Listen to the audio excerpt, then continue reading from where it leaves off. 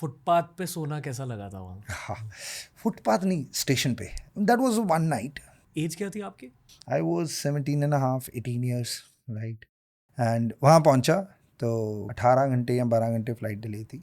मैं अपनी यूनिवर्सिटी पहुँचा हूँ तो मेरी जेब में 300 पाउंड था और मेरी इंग्लिश इतनी बेकार थी कि मुझे नहीं समझ आ रहा था वो सामने वाला क्या बोल रहा है.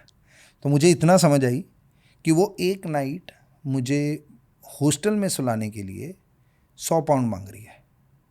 Which I said no. And Waterloo station था सामने. I went over there. तो मैंने वहाँ पे सोया. उस रात को तो मैं बहुत रोया. But today when I look back, मैं कहता हूँ कि आज अगर यहाँ तक पहुँचा हूँ तो सब एक स्टेप्स हैं जो परमात्मा आपके लिए क्रिएट करते हैं. आपको सिर्फ प्रोसेस को फॉलो करना है. रोए क्यों? यार 18 साल का बच्चा, एंड उसको लेने के लिए कोई नहीं आया हुआ. एंड वहाँ पे उसको वहाँ की भाषा भी अच्छे से नहीं आती. एंड आपको रात काटनी है कि भी आप अपने रिश्तेदारों के घर तक पहुँच सको. एंड जब मैं वहाँ पे बैठा हूँ तो मुझे जो लोग दिख रहे हैं, इट्स लाइक मैं कहाँ आ गया हूँ. क्योंकि यश चोपड़ा की पिक्चर्स में लंदन दिखता है कि वो बड़ी बड़ी बिल्डिंग्स, लंदन आए, Waterloo, this, that. And the moment I went over there, it's like the London Eye was right in front of me. क्या करूँ मैं इस लंदन आई का? मुझे कोई नहीं जानता यहाँ पे. It's like I was feeling like vomiting. करूँ क्या? तो क्यों नहीं रोना आएगा? मतलब I was crying like a kid. वैसे प्री मोबाइल फोन जमाना था शायद. था ही नहीं mobile phone. There was no mobile phone. उस टाइम पे मैं बूथ पे जाके कॉल करता था सिक्का डाल के. मैं घर का नंबर डायल करता था 00 घर का आगे नंबर. तो पहले 10 सेकंड आपके पास टाइम होता था. आप जैसे ही सिक्का डालोगे तब आपकी आवाज़ आगे सुनेगी. और मेरी मॉम यहाँ पे पीसीओ चलाते थे अमृतसर शक्ति नगर में. तो जैसे ही मैंने सिर्फ माँ को सुनना होता था, उसकी आवाज़ सुननी होती थी मैंने.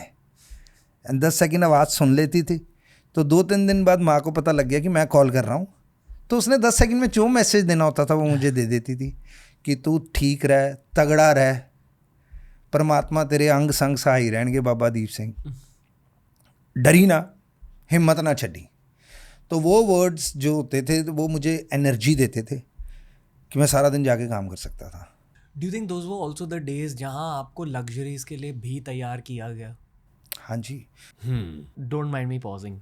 You wearing a luxury watch right now. हाँ. कौन सी घड़ी पहन रहे? ये हुब्लो की पहनी हुई है. Hublot? Hublot big ban.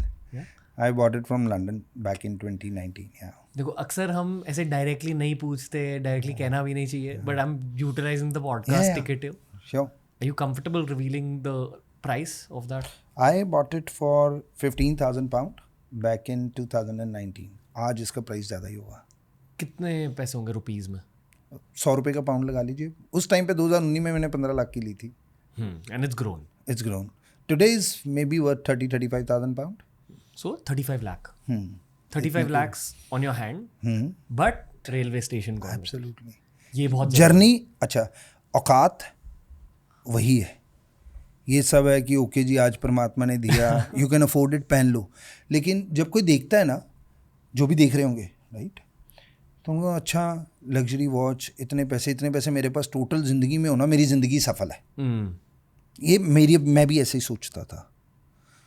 लेकिन जो कहते हैं ना असली औकात क्या है, जिसको हम बोलते हैं यार साथ तो कुछ नहीं जाना. असली औकात है कि घर से 300 पाउंड लेके आया था, पैसे कमाए.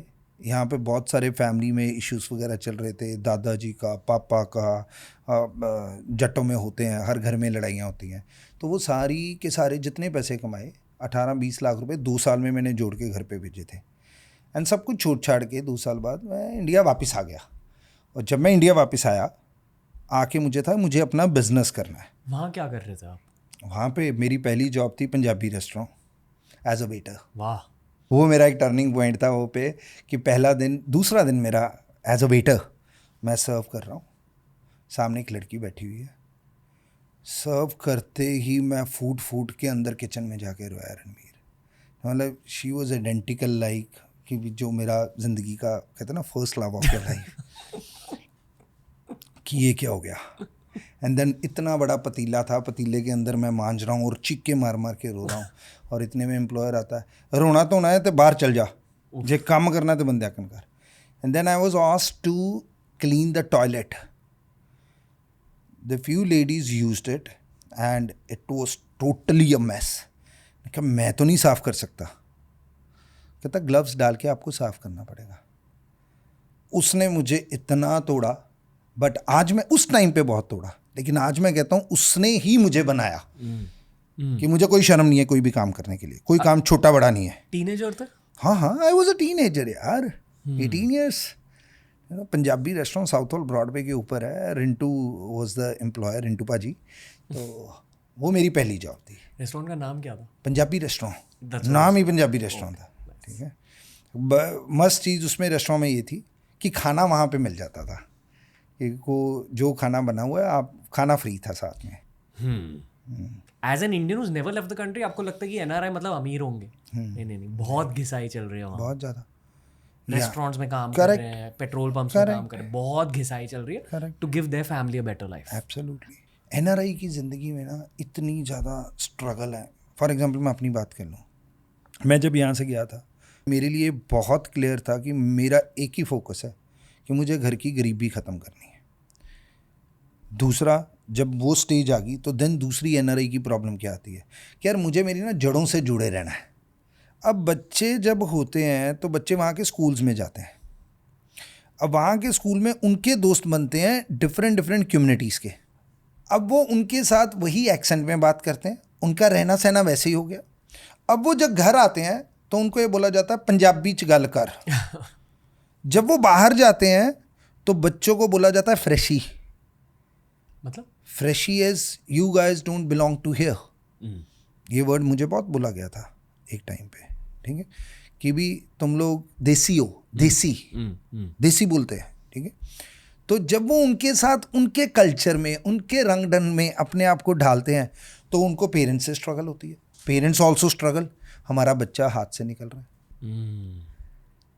एंड देन एक टाइम आता है व्हेन किड्स को बोलो छुट्टियों में let's go to India, they say we don't want to go to India. And they have 1,000 things to say it. So that is a struggle of an NRI. अब now when the NRI comes here, ये बहुत अमीर लोग हैं. किसी भी अमीर बंदे को देख लो उसकी लाइफ में स्ट्रगल जर्नी इतनी होती है, इतने हार्डकोर डरावने सच होते हैं कि दिल कांप उठता है. We all know the truth, but nobody wants to talk about it. Nobody wants to look on that side.